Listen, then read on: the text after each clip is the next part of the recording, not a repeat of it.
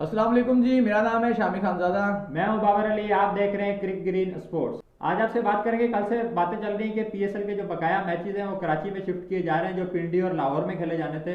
अभी एक इजलास हुआ था पीएसएल फ्रेंचाइजी के दरमियान, जिसका फैसला अभी हो चुका है कि मैचेस कहाँ शिफ्ट किए जाएंगे, कब खेले जाएंगे और शिफ्ट होने की वजह क्या है, वो भी आपको डिटेल से बताएंगे। उसके बाद बात करेंगे शोएब अख्तर की बयानबाजियां जारी है। कुछ दिन पहले उन्होंने शाहिन शाह अफरीदी के बारे में बात की थी, फिर उन्होंने बाबर आजम के बारे में बात की कि उनको इंग्लिश नहीं आती, वो स्टार नहीं है। अभी वो कल कामरान अकमल से अजीब अजीब सी बातें कर रहे थे, वो भी आमने सामने। वो उस पर क्या स्टोरी है, शायद अफरीदी ने भी उस पर अपना रद्दमल दिया है, उस पर थोड़ी सी बात करेंगे।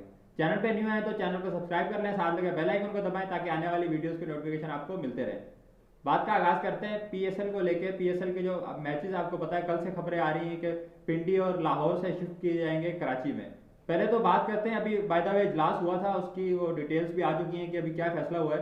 पहले बात करते हैं कि मैचेस शिफ्ट क्यों हो रहे हैं, उसकी वजह क्या है। बाबा, देखा जाए अगर हम बात करते हैं तो पीसीबी के जो है, आपने देखा होगा कि हमारा जो कराची लेक था वो कितना बेहतरीन गया है, बिना किसी प्रॉब्लम के, बिना किसी मुश्किलात के जो है। कराची लेक जो था और मुल्तान लेक जो था वो ख़त्म हो चुका है। और देखें, सिंध गवर्नमेंट का इसके अंदर हमें जो है ना बहुत शुक्रिया अदा करना चाहिए और उनको जो है ना हम बहुत थैंकफुल होने चाहिए उनके, क्योंकि देखें जहाँ बाकी गवर्नमेंट्स जो हैं वो आपसे इतने इतने पैसे मांग रही होती हैं, वहाँ ही सिंध गवर्नमेंट जो है वो सिर्फ और सिर्फ 10% मांग रही होती है, जिसमें सिर्फ और सिर्फ सिक्योरिटी जो अखराजात होते हैं उसका सिर्फ और सिर्फ खाने पीने का खर्चा होता है, यही चीज़ें होती है। इसके अलावा तो और कोई चीज़ सिंध गवर्नमेंट ने मांगी नहीं है। अब आते हैं पंजाब गवर्नमेंट पे कि क्यों मैचेस जो हैं वो पंजाब में नहीं हो रहे, क्यों शिफ्ट करने की बात की जा रही है उनको कराची में, सिंध में। तो उसकी वजह, सबसे मेन वजह ये है कि पंजाब गवर्नमेंट ने जो है, जो 45 करोड़ रुपए जो है पीसीबी से मांग लिए हैं और कहा है कि 45 करोड़ रुपए जब तक अदा नहीं किए जाएंगे तब तक हम आपको कोई सिक्योरिटी फराहम नहीं करेंगे। पीसीबी जो है वो 5 करोड़ रुपए जो है वो दे चुका है। 50 करोड़ टोटल अमाउंट था, जिसमें से 5 करोड़ पीसीबी दे चुका है, बाकी 45 करोड़ फ्रेंचाइजीज ने देना था। और पीसीबी जो है इस चीज़ से बिल्कुल एग्री दिखता नहीं है, क्योंकि देखें 5 करोड़ एक बहुत बड़ी रकम होती है, खाने पीने के अखराजात वगैरह ये सब कुछ। पीसीबी की इसमें तो गलती नहीं है कि उन्होंने तो अपना जो है जो अपने तरफ से वो कर सकते थे उन्होंने किया है, 5 करोड़ रुपए पे कर दिए हैं उनको। इसके बावजूद जो है पंजाब निगरान हुकूमत जो है वो उनसे 45 करोड़ रुपए जो है वो तलब करती है। 45 और 45 90 करोड़ हो रहे हैं। 45 पिंडी के अलग और लाहौर के 45 अलग, ये भी बात आपको क्लियर कर दूं मैं। देखें, अब इतने तो पीसीबी की भी अखराजात वहीं पे मुल्तान में मैचेस खेले गए हैं, उन्होंने 50% डिस्काउंट, जो कि 40 करोड़ टोटल अमाउंट बन रही थी उसमें 50% डिस्काउंट करके 20 करोड़ मांगे थे, जो फ्रेंचाइजी भी उस पर एग्री हो गई थी। और कहीं ना कहीं ये पैसे समझ में भी आते हैं। देखिए कि फ्रेंचाइजी की बात भी अपनी जगह ठीक है, पीसीबी अपनी जगह ठीक है, क्योंकि अगर आपने एक तकरीबन आप देखें 120 करोड़ बन रहे हैं तीनों स्टेडियम के, अगर मिलाएं 120 करोड़ देने तो फिर क्या फायदा हमारे एज अ फैन। तो हमें खुशी होती है कि पाकिस्तान में मैचेस हो रहे हैं, इससे तो वो पीसीबी कह रहा है, फ्रेंचाइजी कह रहा है हमें दुबई यूएई सस्ता पड़ता है, वहां जाके मैचेस करवा लें। अगर हमें अपने घर में इतने महंगे मैचेस पड़ रहे हैं तो फायदा क्या। बिल्कुल बाबर।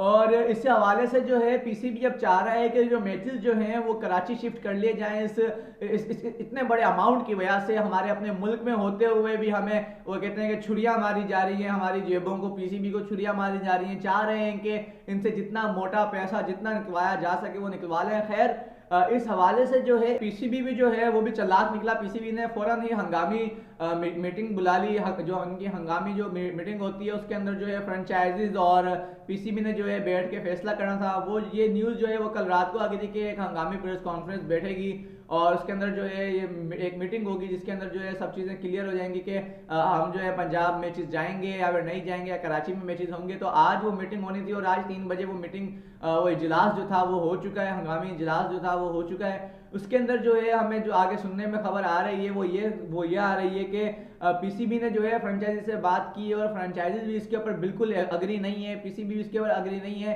कि इनको 45 करोड़ रुपए जो है पंजाब हुकूमत को अदा किए जाएं। और पंजाब हुकूमत को जो है आखिरी एक डेडलाइन दी जाएगी, कल तक की डेडलाइन दी गई है। पीसीबी ने जो है वो अपना साफ साफ मौके वक्त दिया है। पीसीबी कह रहा है कि हमने आपको 1 रुपया पे नहीं करना, इससे ज़्यादा हमने आपको काबू खाने पीने के अखराजात जो हैं वो पे कर दिए हैं, लेकिन इसके अलावा 1 रुपया पे नहीं करना। और अगर जो है आपने फिर भी ये रकम इतनी रखनी है, कल तक की डेडलाइन है, देखते हैं क्या बनता है। लेकिन पीसीबी ने कहा है कि अगर आपने ऐसे ही सब कुछ करना है तो हम जो है मैचेस जो है वो कराची शिफ्ट कर देंगे। और जो बाबर, जो आगे न्यूजीलैंड की सीरीज़ है जो न्यूजीलैंड ने पाकिस्तान आ रहे हैं, तो वो मैचेस भी जो हैं वो भी सिंध में शिफ्ट हो जाएंगे।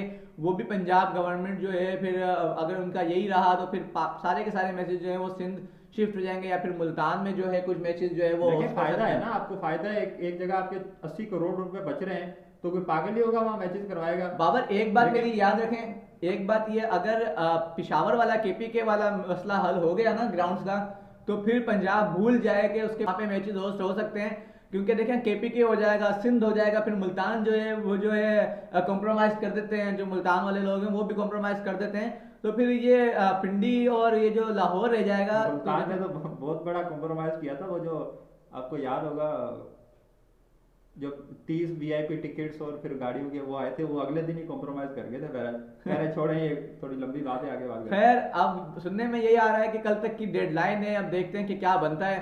और देखिए ये कहीं ना कहीं गलत बात है ये, पंजाब गवर्नमेंट को भी सोचना चाहिए, क्योंकि ये सिक्योरिटी प्रोवाइड करना स्टेट की जिम्मेदारी होती है। अगर कोई फॉरेन प्लेयर आता है, कि फॉरेन बंदा विजिट के लिए आता है, कोई भी आता है, सिक्योरिटी प्रोवाइड करना ये स्टेट की जिम्मेवारी है।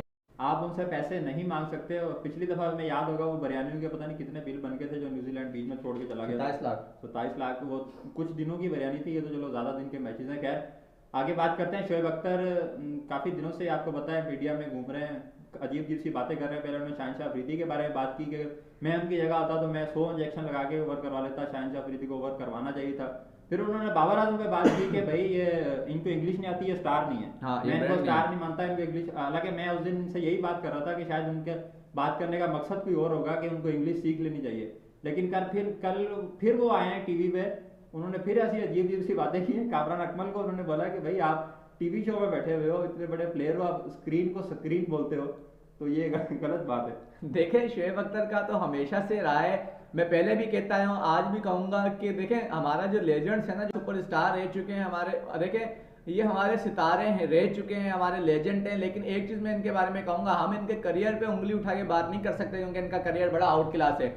लेकिन अगर हम इनके करियर के बारे में इनके बयानात देखें इनकी, तो इनकी ज़ुबानें बड़ी तेज़ तरार हैं, इनके मुंह से जो कुछ भी निकलता है ये एकदम फट फट फट फट बोल देते हैं। अपने कुलीग की टेंशन नहीं लेते, चलो वो तो यंगस्टर लड़के हैं, उनके बारे में तो कुछ कह दिया तो कह दिया, कोई मसला नहीं है। लेकिन अपने कुलीग की, जिसके साथ आपने इतने साल क्रिकेट खेली होती है, उनके साथ ये तू में लगी हुई होती है, और अजीब यार अजीब आप एक स्टेटमेंट आ टीवी रहे शो पे होते हैं। बैठ के बात कर रहे हो, आपको याद होगा डॉक्टर नुमान एजाज ने जब इनके बारे में अपना उस पर बात कर दी थी पीटीवी में, जब ये बैठे हुए थे, तो हमने भी बोला था कि यार ये गलत बात है। शोएब अख्तर ने भी बोला था कि मेरी इंसल्ट हुई है, मुझे ऑन एयर उसने ये बात बोली है।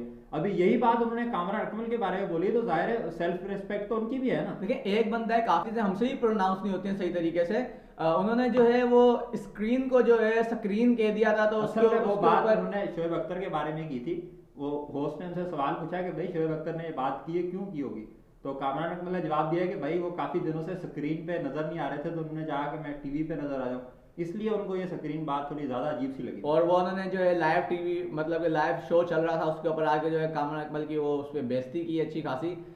खैर उसके अलावा जो उन्होंने काफ़ी ज़्यादा बयानात दिए थे कि शाहीन अफरीदी को चाहिए था कि वो गोडे में 100 इंजेक्शन लगा के खेले थे। बाबर आजम को मैं ब्रांड नहीं मानता, क्योंकि जब तक वो उनको इंग्लिश बोलना नहीं आएगी, वो पाकिस्तान के कैप्टन है। तो इसके ऊपर शाहिद अफरीदी साहब ने और मिसबाह उल हक ने जो है वो बड़ा ज़बरदस्त तरीके से टैकल किया है शोएब अख्तर को। मिसबाह उल हक कहते हैं कि शाहीन अफरीदी को मैं जानता हूँ, वो एक बहुत बड़े वॉरियर हैं, वो एक बहुत बड़े स्टार हैं, मुल्क के लिए कुछ भी कर सकते हैं अपने। तो फिर वो अगर चाहते, अगर वो बिल्कुल फिट ना होते और बिल्कुल फिट होते, तो वो क्यों ना बिल्कुल ओवर करवाते। और इसी चीज़ को शाहिद अफरीदी ने भी ये चीज़ कही कि अगर शाहिन अफरीदी इंजेक्शन लगा लेता तो आज उसका शोएब अख्तर वाला हाल होता, क्योंकि शोएब अख्तर ने अपने टाइम में इतने इंजेक्शन लगवाए अपने घुटनों में कि अब वो सही तरीके से चल भी नहीं पाता।